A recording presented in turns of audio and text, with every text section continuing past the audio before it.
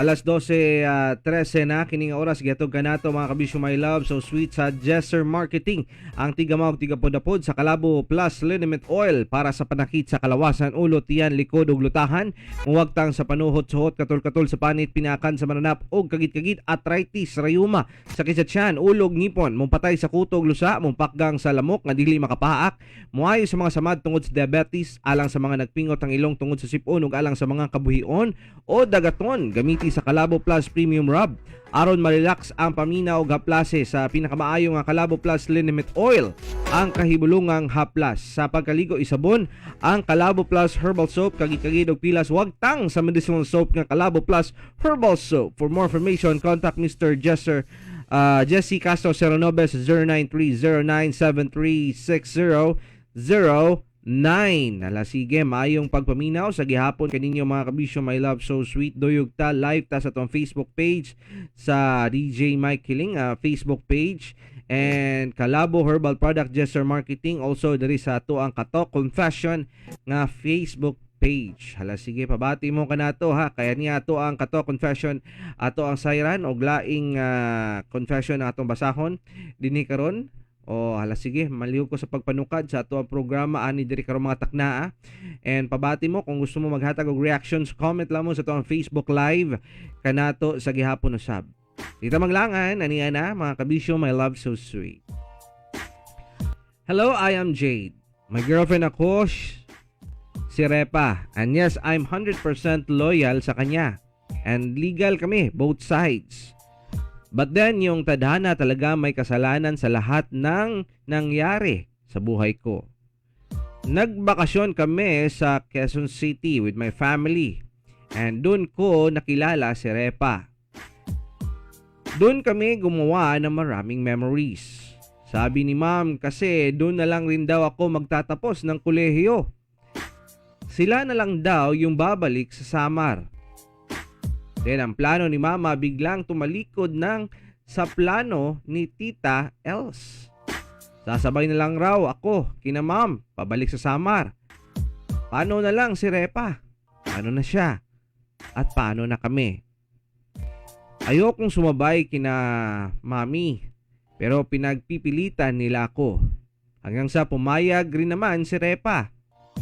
O sige be, sumabay ka na nga sa kanila. May way naman na para tayo makapag-communicate, di ba? Sabi niya sa akin. At sumagot rin naman ako ng oo. Sumama ako kina mami pabalik ng Samar. Mga 1 month, 2 months, 3 months, 4 months, 5 months ang lumipas, biglang nag-iba si Repa. Napadalas na ang kanyang gabing-gabing umuwi. And wala na siyang time sa akin. Busy daw siya sa school. Okay, niintindi ko siya. Hanggang sa humanap ako ng bagay na maaari kong mapaglibangan. Like games. Badi ko pa rin matiis si Repa. Tanging siya at siya lang talagang lumalabas sa kukote ko. Hanggang sa na-cold na si Repa sa akin. Puro pasabi na kailan ako makakabalik sa Quezon, di ko ba nga alam. Di ba ako'y naiinis na. One time may nakilala kong maganda, mabait, at lahat ng katangian ni Repa ay nasa kanya. Namiss ko tuloy ang kong si Repa. Ilang beses kaming sabay ni Yona. Yung bago kong nakilala. Oo, napapasaya niya ako pero ba't may kulang talaga sa puso't isipan ko. Oo, masaya ako sa piling ni Yona pero mas magiging masaya ako sa piling ni Repa. Pero anong magagawa ko wala na nga siya. Pilit kong nilalabanan yung puso kong nabibigyan ng halaga si Yona pero unti-unti na akong nagkakagusto sa kanya. Kahit hindi naman pwede kasi ako'y may Repa na. Ilang araw dumaan, naging komportable ako sa piling ni Yona na dapat ay sa piling ni Repa. Lahat ng pagkukulang na hindi na napunan ni Repa ay pinunan ni Yona. Bakit? Gusto kong libangin yung sarili ko sa rason na wala talagang repa na may oras sa akin. Pilit pa rin hinahanap ng puso ko si repa. Kahit wala naman sarili kong wala ka ng pake sa akin at ang isipan mo ay wala ng ilaw. Pinipilit ako ng puso ko na dapat ikaw lang yung mamahalin ko, pero bakit si Yona di ko mabitawan? Dito na lang nagmamahal,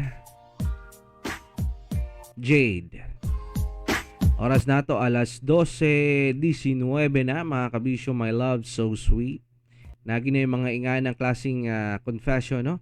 Nga mabaling gani mo attention sa lain, ex na gituod tong imuhang na biyaan kadali. Kay tungod lagyo mo sa isig usa mo ginay diferensya o problema sa mga naa sa mga lagyong relasyon or long distance relationship. Diba? Dili gyud makaantoy or dili gyud taon maka pugong sa kaugalingon nga mangita og someone nga mo comfort. Diba? Kay tungod kita, especially kami mga lalaki, nangita mo gud mi og someone nga mo sustain sa amo ang emotional needs. Diba? Pero bisan pa man, mga kabisyo, di gyapon tuod na maayo, no? Especially kung naka-commit na ka sa lain, dabi kung katong mismong tawhana or bayhana nagpaabot sa imuha di ay siya po nagpugong-pugong siyang kugalingon kay tungod nabilong siya sa imuha o committed na siya sa imuha, bisan na dili kay mo tanto ingon nato ga perminting nagastorya, pero sa ngalan, no? Oo, sa ngalan nga naa na mo'y commitment with each other, kabisyo, bisan lagyo pa mo, dapat dili gina siya mahimong babag sa inyong relasyon. Pero sa ingana gani kung murag longing ka sa gugma, ibaling nimo sa lain, much better buhian na lang nimo tong daan. Kay kung gani murag inganang dili pa nimo ipahibalo sa imong karelasyon nga nanaday kay bag-o, mura kag someone nga kining nangita lang muna sa og reserve. Loy kay tong bag-o na panakipbutas siya, di ba? So better kabisyo confess nimo na sa imong karelasyon. Sa mo ni nahitabo, medyo laay naman na to ang relasyon na to, bugnaw naman kay tanan. Better nga magkuan sa muna ta.